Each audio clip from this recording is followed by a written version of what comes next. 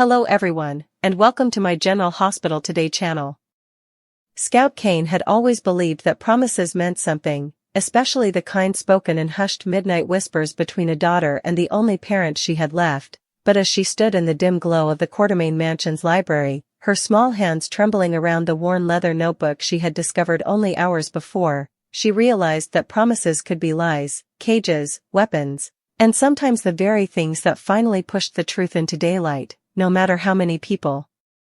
wanted it buried. And now, as every thought inside her head thundered with the same unbearable truth, that Willow Corinthos, her stepmother, the woman who had once knelt beside her bed and braided her hair with gentle fingers, the woman who had promised Drew Kane she would keep Scout safe, the woman the entire town saw as a saintly protector, was the very person who had murdered him. Scout felt something inside her fracture, not with weakness, but with a fire so sharp it rewrote the entire story of her life, because the promise Willow had made to Drew had been broken in the most unforgivable way, and Scout, still young but no longer naive, was the only person in Port Charles who could expose the truth. It had all started 3 weeks earlier, on a day that should have been ordinary, the kind where Scout came home from school and heard the comforting hum of Willow's voice drifting from the kitchen, the sort of day where Michael was late, Wiley was at a friend's house, and the house felt calm, but Scout had opened the back door to find Willow on the phone, her tone clipped and urgent, nothing like the soothing voice she used around the family, and though Scout had tried to pretend she hadn't heard, the words were unmistakable. It had to be done. He knew too much. You don't understand, if Drew talked, everything would unravel. That sentence alone might have been ambiguous to someone older, someone willing to give adults the benefit of every doubt, but Scout had spent her whole life decoding the hidden meanings behind adult voices, navigating a world where the truth was always just out of reach, and Drew Kane, her father, the man who always kept his promises even when they hurt, had died under circumstances so accidental that even as a child, Scout had sensed the story didn't add up. The wiped security footage, the missing voicemail, the sudden quiet tension in the adult's eyes whenever his final hours were mentioned, those things hadn't felt accidental, and now Willow's panicked phone conversation felt like the missing puzzle piece that made the entire picture snap together. Still, Scout knew she needed more than overheard words, because in Port Charles, accusation without proof didn't bring justice, it only brought danger, so she began her investigation in silence, becoming a shadow in her own home. Watching the way Willow avoided the topic of Drew, the way she flinched when Scout mentioned him, the way she locked her phone each time she noticed Scout in the room, but the breakthrough came by accident when Scout followed Willow into the attic one afternoon, pretending she was looking for old Halloween decorations, and saw her stepmother slide a metal lockbox beneath a stack of holiday wreaths, her hands shaking as she pressed the lid shut as if the contents had weight far heavier than metal and paper. Scout waited until nightfall, until Willow and Michael were asleep, until the old house was still, and then she crept upstairs with a flashlight Drew had given her on a camping trip long ago, her memories pushing her forward with determination even when her legs felt weak, and she found the box exactly where Willow had left it, locked, but not beyond the resourcefulness of a girl who had grown up watching Sam, Spinelli, and Jason solve impossible problems with nothing but intuition and stubborn courage. Inside the box were documents, copies of medical reports, encrypted texts printed out, a burner phone, and a lab slip with Drew's name on it, but the most damning item was the notebook, filled with Willow's handwriting, not the neat careful script she used for grocery lists or notes to Wiley's teachers, but frantic, slanted words, written as if her mind had been unraveling the very day she wrote them. Drew found out. He confronted me.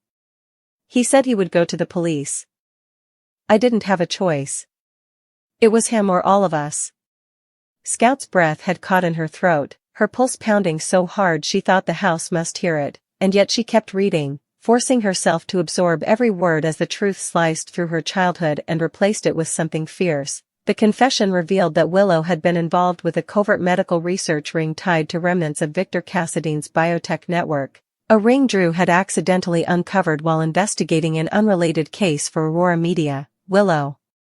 terrified of exposure, terrified of losing her perfect, rebuilt second-chance life, had confronted Drew in the Quartermain boathouse, pleading with him to stay silent, but Drew, always the soldier, always the man of principle, had refused, and Willow, cornered, desperate, and manipulated by people even darker than herself, had pushed him. A shove meant only to stop him from leaving, but Drew had slipped, hitting his head on the edge of the dock. The journal described her panic, the way she dragged his body into the water, the way she cried while calling the shadowy figure listed only as R, the way she had rehearsed the story she later told the family, the lie the entire town had accepted because Willow's face, tear-stained and angelic, carried a kind of innocence people wanted to believe. And as Scout closed the journal, something inside her hardened, not into bitterness, but into resolve, because her father deserved justice, not a legacy rewritten by lies. And if the adults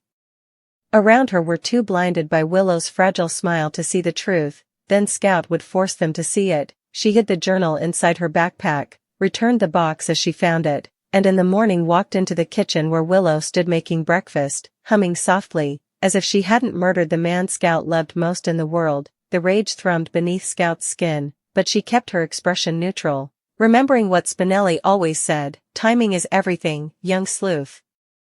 And she needed the perfect moment, when the most people possible could hear her, because Willow was adored, shielded, protected, and a quiet accusation would vanish, but a public one, backed with evidence, would explode like a chemical reaction no one could ignore. That moment came at the Quartermain family gathering held 2 days later, a celebration in Drew's honor, a memorial of gratitude, Michael had called it, though the irony now made Scout's stomach twist, and as the adults mingled, toasting Drew's memory with speeches about his bravery, Scout realized there could be no better setting, the house he had loved, the people he had fought for, the family that needed the truth even if it broke them. She climbed onto the low hearth of the fireplace, lifting her voice just enough to silence the room, and when everyone turned toward her, Michael smiling gently, Willow setting down her glass, Nina freezing mid-step, Sam narrowing her eyes in instinctive concern, Scout unzipped her backpack and held up the journal with a steady hand. "This is my dad's truth," she said, her voice echoing against the walls, strong in a way that surprised even her. And before Willow could approach, Scout opened to the page where the confession began and read the first line aloud. "Drew found out. He confronted me. He said he would go to the police. I didn't have a choice." The room erupted into gasps and shouts, but Scout kept reading, her voice unwavering even as Willow lunged forward, tears streaking down her face, pleading with her to stop. But Sam stepped between them, her instincts sharp, her eyes blazing with maternal fury, and the rest of the family formed a protective barrier around Scout as she finished reading every damning sentence. Willow collapsed to her knees, hands covering her mouth, the truth finally blasting through the fragile facade she had worn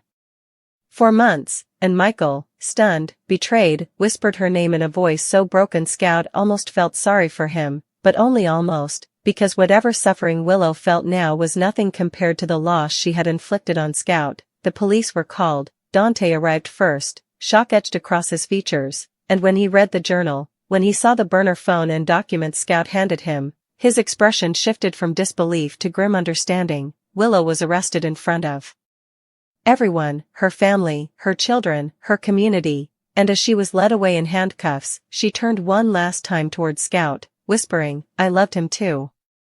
I didn't mean for it to happen." But Scout stood still, refusing to let tears blur her vision, refusing to let Willow rewrite the narrative again, because this moment belonged to Drew, and Drew only. Later, after the crowds dispersed and the house returned to an uneasy quiet, Sam knelt beside Scout, pulling her into a tight embrace, whispering how proud she was, how brave Scout had been, how Drew would be honored by her strength. And for the first time since discovering the journal, Scout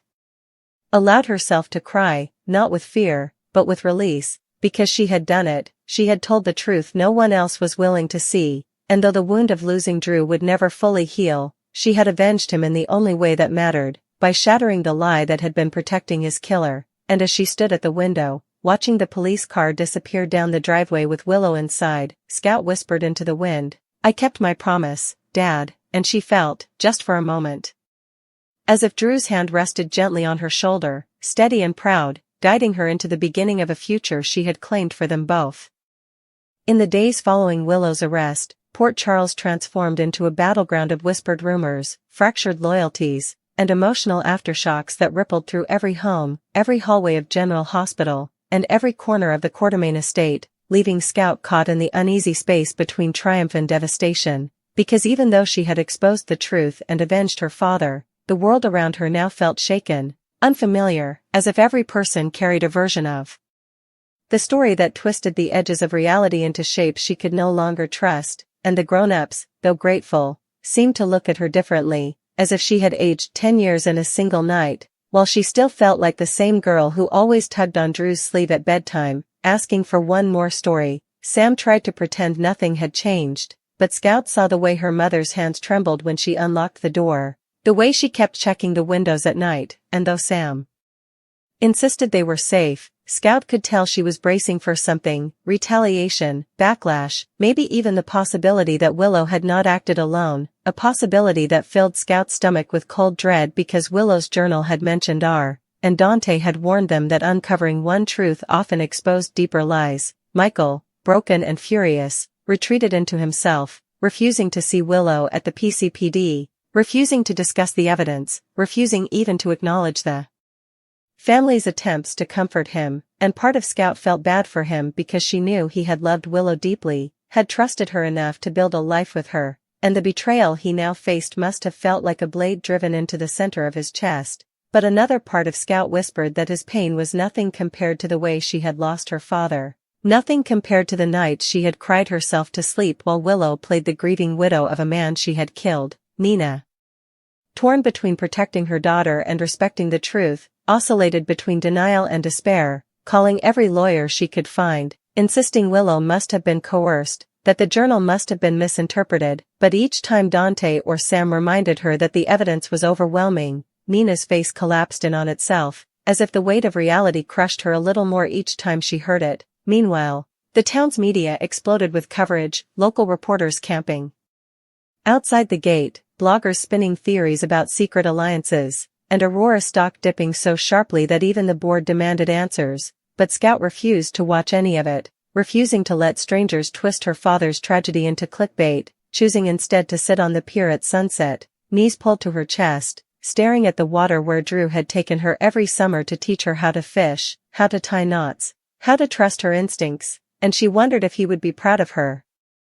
If he would think she'd done the right thing, or if he would be sad that she had learned so young how ugly the truth could be. On the fourth day, when Scout arrived at the house after school, she found Jason waiting in the living room, his expression the same unreadable calm he had worn through every crisis she remembered, and the moment she saw him, the dam inside her cracked because Jason had been Drew's brother, his literal twin, and for a moment she let herself pretend that the universe had given her back a piece of what she lost. Jason knelt down, steady eyes meeting hers, and told her he was proud of her, that she had shown more courage than some adults ever did, and Scout, who had held back tears for 4 days, finally let them fall, burying her face in his shoulder while he held her with the same quiet strength Drew once had, reminding her with every heartbeat that she was not alone. But the comfort couldn't erase the danger, because that night the first threat arrived, a folded piece of paper shoved under the back door, containing only 3 words: "Stop digging now," along with a symbol Scout didn't recognize, a circle intersected by jagged lines, drawn in black ink that smudged beneath her fingers like soot. Sam called Dante immediately, and Dante's expression darkened when he saw the symbol, telling them he had seen it once before in an old WSB case file connected to underground biotech operations, exactly the kind Willow had mentioned in her confession, and suddenly Scout realized that exposing Willow had only opened the first door, and behind it stood people far more dangerous than a panicked, cornered woman. Sam wanted to send Scout out of town for safety, to stay with Alexis or Danny, but Scout refused, fire flaring in her chest, insisting that running now would only help the people who had forced Willow into her choices, insisting that she needed to finish what she started. And though Sam hated it, she knew her daughter well enough to recognize the same stubborn courage Drew had carried through every mission, so she agreed, but under strict protection. The next morning Dante arrived with a police detail, Spinelli set up surveillance software around the house, and Jason promised to watch over Scout personally, though he warned her that the threats were real and whoever R was, they were powerful, connected, and desperate to stay hidden. Meanwhile, Willow's arraignment became the event of the year, reporters swarming the courthouse steps. Fans of Willow's miracle nurse image crying betrayal, critics demanding justice, and the Quartermain family divided between grief, shock, and simmering fury. but when Scout entered the courtroom hand in hand with Sam, the room fell into a heavy silence, as if the townspeople recognized she was the eye of the storm, the small figure who had pulled the truth into the light. Willow, pale and hollow-eyed, stared at Scout from the defense table, her expression twisted by heartbreak and guilt, and though Scout felt the faintest pang of pity, it dissolved quickly when Willow mouthed, "I'm sorry," because apologies couldn't resurrect the dead, and they couldn't erase the months she had spent lying to a grieving child. The judge denied Willow bail due to the severity of the charges and the risk of outside interference, but as the gavel slammed, Scout noticed a man in the back row, a tall figure in a dark coat, watching her with an intensity that made her skin crawl, and when she nudged Jason, he turned to look, but the man slipped out the exit before anyone else noticed him. Later that night, while Scout lay awake staring at the ceiling, replaying the image of that stranger's eyes, a sudden crash echoed from downstairs, followed by Jason's voice barking orders, and Scout bolted upright just as Sam rushed into her room, pulling her close, whispering that the security system had been cut, someone had tried to break in, and though the intruder escaped, they left behind the same symbol burned into the porch railing, this time carved deep into the wood with a knife. From that moment on, the truth became heavier, darker, more dangerous, because whoever R was, they wanted Willow silenced, the evidence destroyed, and Scout, who held the knowledge Willow never had time to confess, had become the last remaining threat to their operation. But instead of fear, Scout felt a strange clarity settle inside her, the same kind she imagined Drew must have felt during missions when everything hung in the balance, and she made a decision: she would not hide behind police patrols or let adults fight her battles, because this had started with her father, and she was the one who had uncovered the truth, and she would be the one to finish it. The next morning, she told Jason she needed to return to the attic, to go through the lockbox again, because she had a feeling she had missed something, a detail, a clue, a code, and though Jason hesitated, Sam ultimately agreed, trusting Scout's instincts the way Drew once did. Together they returned to the dim attic, the air thick with dust and memories, and Scout knelt beside the lockbox, flipping through the papers until she found a loose sheet she hadn't noticed before, a lab report with a handwritten note on the back, one line scribbled in Willow's frantic script: "If anything happens to me, contact RC, he knows everything." Jason read the note, his eyes narrowing with recognition, and when Scout asked who RC was, Jason hesitated before saying, "Roman Caldwell, former WSB, went rogue years ago, and he's dangerous, Scout. Very dangerous." But Scout, undeterred, pointed out that Willow had considered him a possible ally, not a threat, which meant Roman might be the only person alive who could unravel the biotech ring Drew died trying to expose. After hours of deliberation, they decided they needed to find him, not to confront him, but to uncover whether he could help them understand why Drew had been killed and what Willow had been protecting. Spinelli traced the initials to an abandoned research facility outside Port Charles, a place tied to the remnants of Victor Cassadine's experiments, and though every adult insisted Scout stay behind, she refused, making it clear that if they left her, she would find her own way there, something Sam knew she was fully capable of. So with great reluctance, Jason agreed to bring her, but only under close protection. The trip to the facility felt like stepping into a ghost's memory: rusted gates, cracked pavement, shattered windows reflecting the fading sun, and as they approached the dark entrance, Scout felt her heartbeat thrum with the same fear Drew must have felt on his final day, but she pushed forward, determined, carrying the weight of truth like a shield. Inside, the air smelled of chemicals and dust, the walls lined with old equipment and abandoned files, and just when Jason motioned for them to turn back, a figure emerged from the shadows, tall, graying, eyes sharp as blades, and he raised his hands to show he was unarmed, introducing himself in a calm, measured voice. "I assume you're here because of Willow and Drew."